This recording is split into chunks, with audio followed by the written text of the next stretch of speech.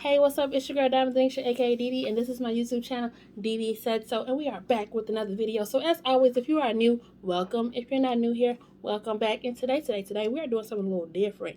We want to get our finances, our coins, our savings, our mind, our financial literacy, our financial atmosphere ready for 2022. So today I'm going to be talking about what is a budget.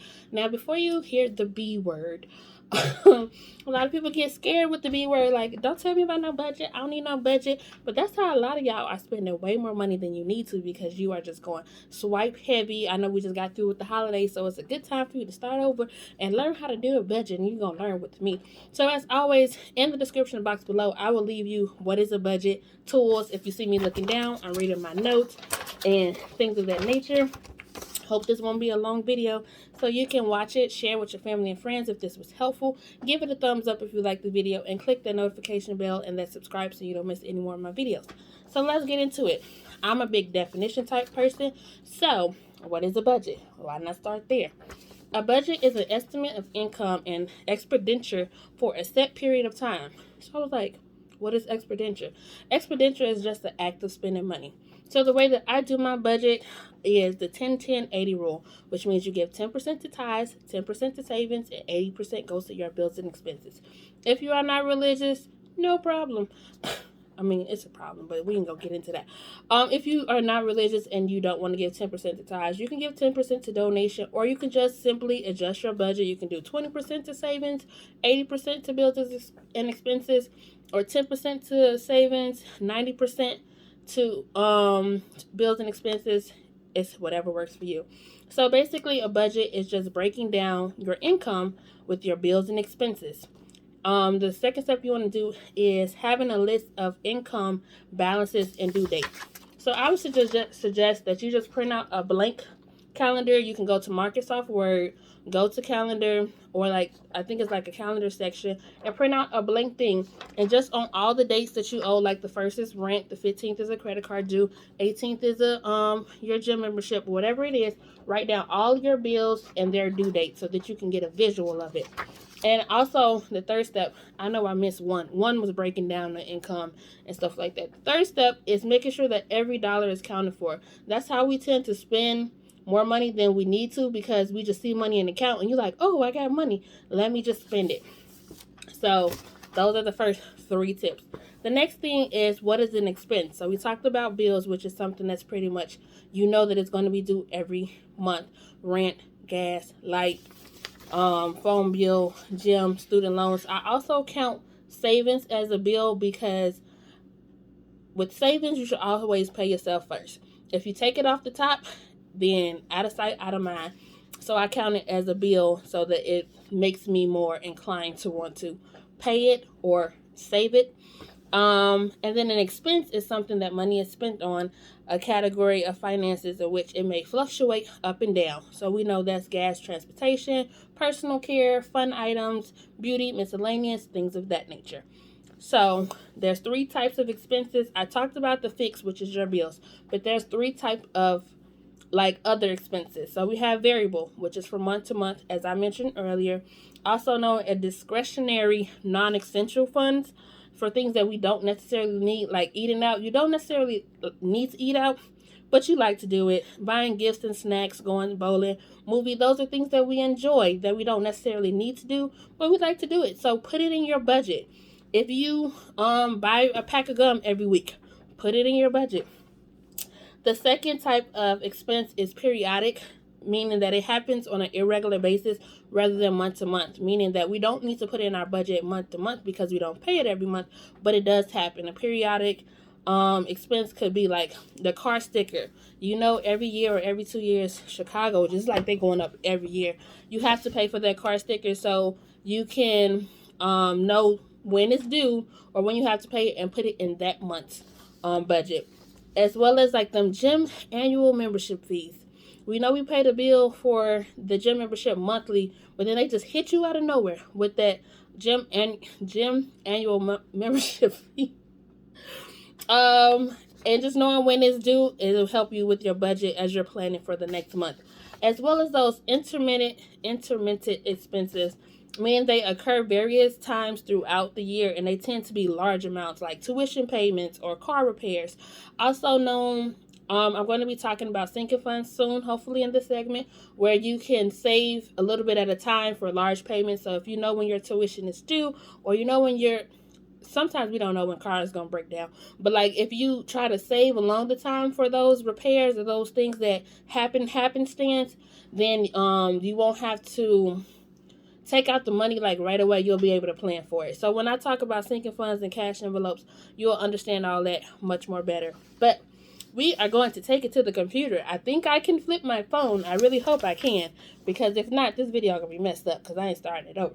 But we have Brittany. I don't know what Brittany's job is, but she makes $2,555 a month, and that's $1,277.50 bi-weekly. Brittany gets paid bi-weekly. It's also important, I didn't mention it earlier, it's important to know when you get paid. You can base your budget, or like base how you track your budget off of how you get paid, whether that's monthly, bi-weekly, or weekly. Shout out to the people getting paid weekly, because that is not me, and I wish it was. I mean, it's me for my side business, which I also plug right now. If you need further help with credit score and financial literacy, deleting negative or erroneous items off of your credit report, hit your girl up. I will leave my link in the description box below where you can send me a message and we can set up a consultation. But I want to give these basic free tips to people who may not be able to afford the services right now.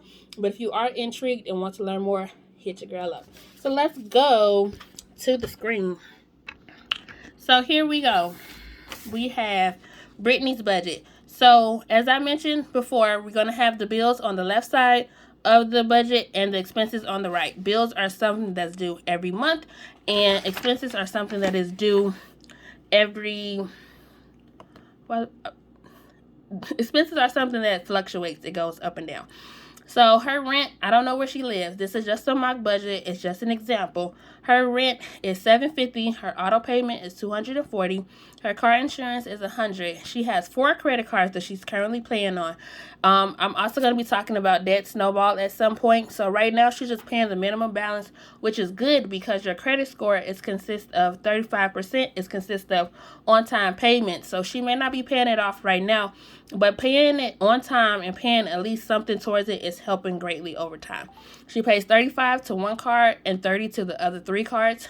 Her phone bill is $75 because unlike me, she doesn't have any speakers, tablet, or headphones that she's paying extra on, and she's just paying the bill.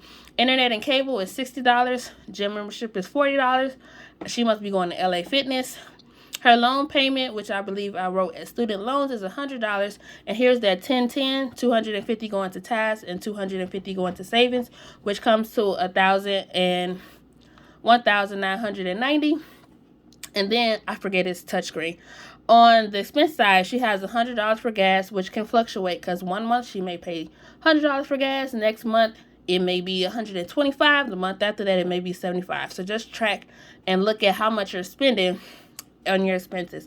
Groceries is $100, which means she must be doing a lot of cooking at home. Her fun money is $100. We got $25 for movies, $25 for bowling, and $50 for a nice dinner. I don't know if she's doing all 3 activities in one day or she's spreading it out throughout the month. Her personal care is $215. She has $100 for her hair, $50 for her nails, and $65 for a monthly spa that she gets. Go Brittany. And $50 for miscellaneous. This could be that gum that I talked about.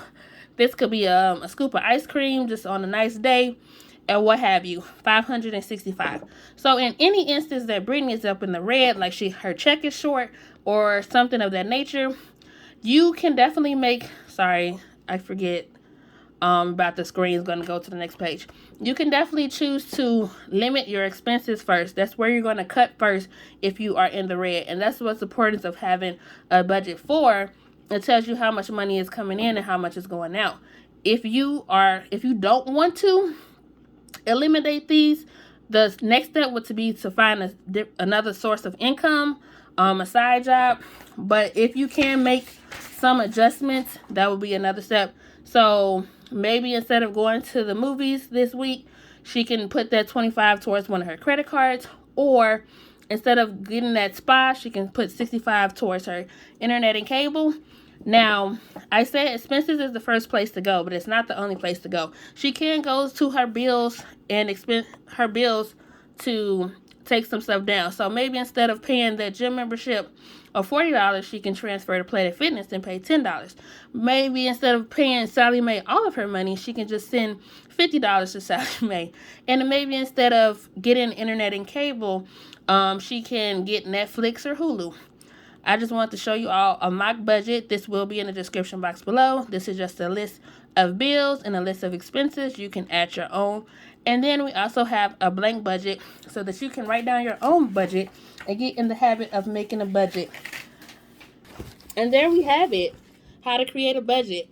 I mentioned also that I have my own business, and we also have a budgeting tool, which is part of the protection plan that we offer, so that if you're not used to like writing stuff down, we have a tool where you can implement all of your numbers into the budget, and you can have it at the access of a computer or a phone because we have an app. But I hope this helps somebody. I hope y'all are ready to save some money and get excited about life. Like, oh, I'm trying to fix the camera. Sorry, y'all. Budget doesn't have to mean that you can't have this, or you can have this or can't have this. It just means you know what's coming in and you know what's going out. So I hope this helps someone. If you like this video as you're watching, make sure you give it a thumbs up. If you thought it was informational, if you thought you got value out of this, please share this video. Write in the comments what was your favorite part. Write in the comments if you learned something new, like, oh, I didn't know what sinking funds is. Can't wait to learn about it. And that's all I have for you today. Hopefully I'll be back tomorrow, but you will get more videos about money and finance as what I know. As always, I'm not an expert, but I can just share with you stuff that I've learned, and that's stuff that I'm learning along the way. So I hope y'all have a great day on purpose. Why? Because Deedee said so. Bye. Love y'all.